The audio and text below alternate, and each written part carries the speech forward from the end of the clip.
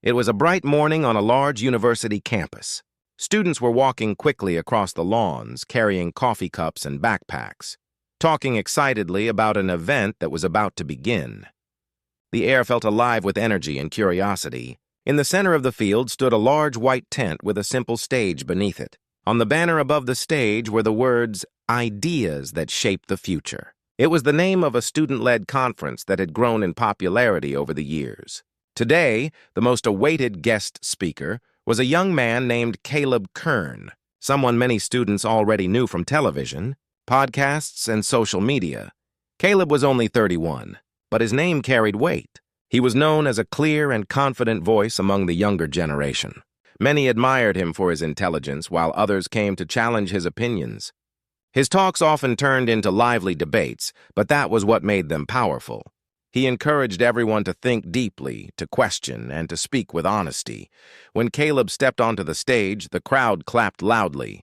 He smiled, calm and collected, looking at the sea of faces before him.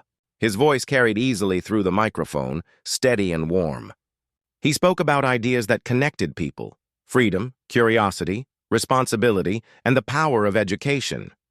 He reminded the students that the future was not something that simply arrived. It was something they built, one decision at a time. Many students there had heard about his journey. Caleb wasn't born into fame or wealth. He grew up in a small town, the son of a teacher and a shopkeeper. His parents worked hard and always encouraged him to ask questions. From a young age, he was curious about how people thought and why they believed what they did. In school, he wasn't the loudest or the most popular, but he was always thinking, reading, and writing. He believed that ideas could shape the world more than anything else. When he was 18, he had an idea that would change his life. He noticed that many of his classmates were interested in learning about different viewpoints, but they didn't have a space where they could discuss freely without being judged or shouted down. Caleb thought that universities should be places of open discussion, where disagreement could happen with respect. So he decided to start something new. With only a few friends in a borrowed classroom, he began a small club called Liberty Point. The goal was simple: to give students a space to talk, to learn about different political ideas, and to understand what freedom truly meant. At first, only a handful of students joined. They met once a week to read articles, share thoughts, and debate topics ranging from economics to ethics. But the energy of those meetings was strong. People came not to win arguments, but to learn. Word spread quickly. Within a year, Liberty Point grew into a recognized student organization. They began hosting events with speakers from various backgrounds. Caleb worked tirelessly, writing invitations, setting up chairs, and sometimes even sweeping the floors after meetings. He was driven by purpose, not fame. He believed that change always began with small steps. By the time he was 21, Liberty Point had expanded to several universities. Students in other states reached out, asking for help to start their own chapters. Caleb traveled across the country, speaking at campuses large and small. His speeches were direct but respectful. He didn't tell people what to think. He asked them how they thought. He reminded them that true education was not memorizing facts, but learning how to question and reason. His passion for discussion attracted attention from journalists and media outlets. Soon, he was invited to television debates, podcasts, and interviews. His clarity of thought stood out. He didn't shout, he didn't insult, and he never avoided difficult questions. Whether people agreed or disagreed, they respected his calm confidence. That respect made his voice grow louder in the national conversation. By his late 20s, Caleb had become one of the youngest and most influential public speakers in the country. His message remained the same: to think for yourself, to listen before you argue, and to build bridges through dialogue. He often said that disagreement was not dangerous, it was necessary. He reminded his listeners that great societies were built not by perfect agreement, but by shared respect among people who cared deeply about their future. He launched a podcast called The Kern Perspective, where he invited guests from every background: politicians, scientists, teachers, and students. Each episode focused on understanding why people believed what they did. His questions were thoughtful and open-ended, and his interviews were known for being honest rather than dramatic. Millions of people began listening, not only for his opinions, but for the calm and intelligent tone he brought to every conversation. But success also brought challenges. The larger his audience grew, the more criticism he faced. Some people disagreed strongly with his views and accused him of bias. Caleb, however, never responded with anger. He saw criticism as a sign that people were paying attention. He once explained that public life was like standing in the center of a storm. If you tried to please everyone, you'd lose your direction.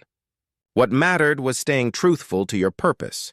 Even with fame, Caleb never stopped visiting campuses. He preferred speaking directly to students where he could see their faces and hear their questions. He said that real change happened in small rooms, not in studios. Whenever he spoke, he made time afterward to stay and talk with students one-on-one. He would listen carefully, give advice, and encourage them to chase knowledge, not applause. As Liberty Point continued to grow, it became more than just a movement. It became a family of thinkers. Students from different beliefs and backgrounds joined, united by their shared love for discussion. Many of them went on to start their own initiatives, literacy programs, youth mentorship projects, and local community dialogues. Caleb was proud to see how his simple idea had turned into something living and self-sustaining. Over time, his organization partnered with schools and nonprofits to promote civic education. They hosted summer programs where students learned about history, government, and leadership. They didn't just teach facts. They taught how to think critically, how to disagree respectfully, and how to take responsibility for one's voice. Teachers praised these programs for bringing back the true meaning of education, not memorization, but understanding. Caleb often said that knowledge was useless if it wasn't shared. He used his platform to promote reading, volunteering, and active citizenship. He believed that every person had the power to lead, even in small ways.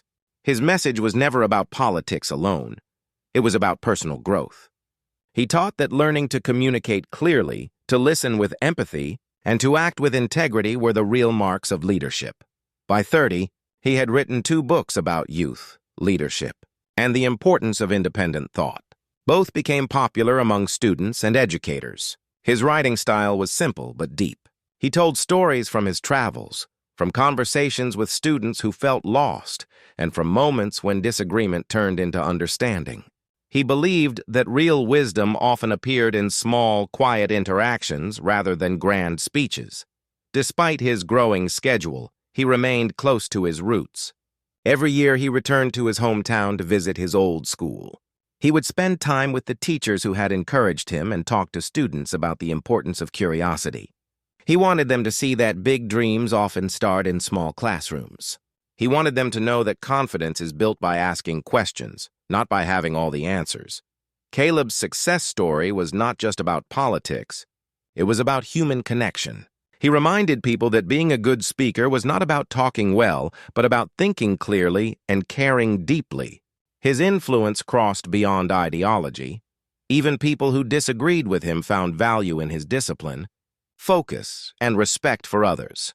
As years passed, Liberty Point became one of the largest youth organizations in the country. It trained thousands of young leaders who went on to work in education, media, and community service. Many credited Caleb for helping them find their voice and purpose. He often said that his greatest pride wasn't his own success, but the success of the people he inspired.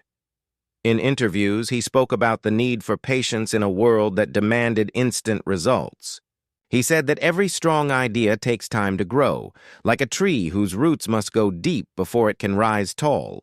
He urged young people to build depth, not just visibility.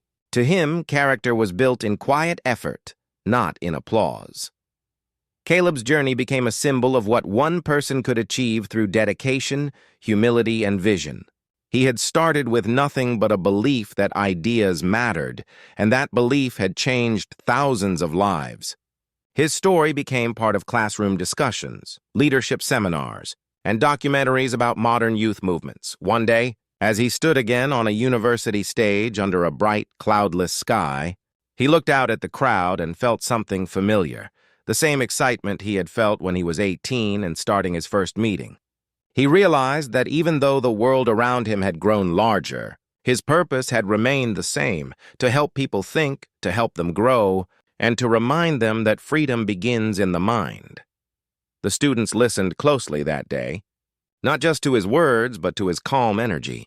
Many of them would later say that what made him inspiring wasn't his success, but his sincerity. He spoke like someone who truly believed in people's potential. After his talk, he stayed for hours, signing books, taking photos, and answering questions. A young student nervously told him she wanted to start her own discussion group, but was afraid no one would join. Caleb smiled and told her that every great movement begins with one person who dares to begin. That advice stayed with her, and with many others. Across the country, small clubs, study circles, and dialogue groups began appearing under different names, but with the same purpose: to learn, to listen, to speak with honesty. His legacy was not a monument or a slogan. It was a ripple of ideas spreading quietly through minds and communities. Years later, when people looked back at the rise of Liberty Point and the impact of its founder, they often said that what made it extraordinary was how simple it was at its heart. It was built on conversation, something free, human, and timeless. Caleb had reminded a noisy world that change begins when people sit down and talk, not when they shout. His story became a modern lesson in leadership, not the kind that demands power, but the kind that inspires it in others. His journey showed that clarity, respect, and persistence could move mountains. He had proved that ideas could unite rather than divide, if spoken with honesty and care. And so his legacy continued, not as a story of fame, but as a reminder that every young person, no matter where they start, holds within them the power to shape the world through words, through ideas, and through courage. The world changes when one voice dares to rise, not to silence others, but to help them speak too.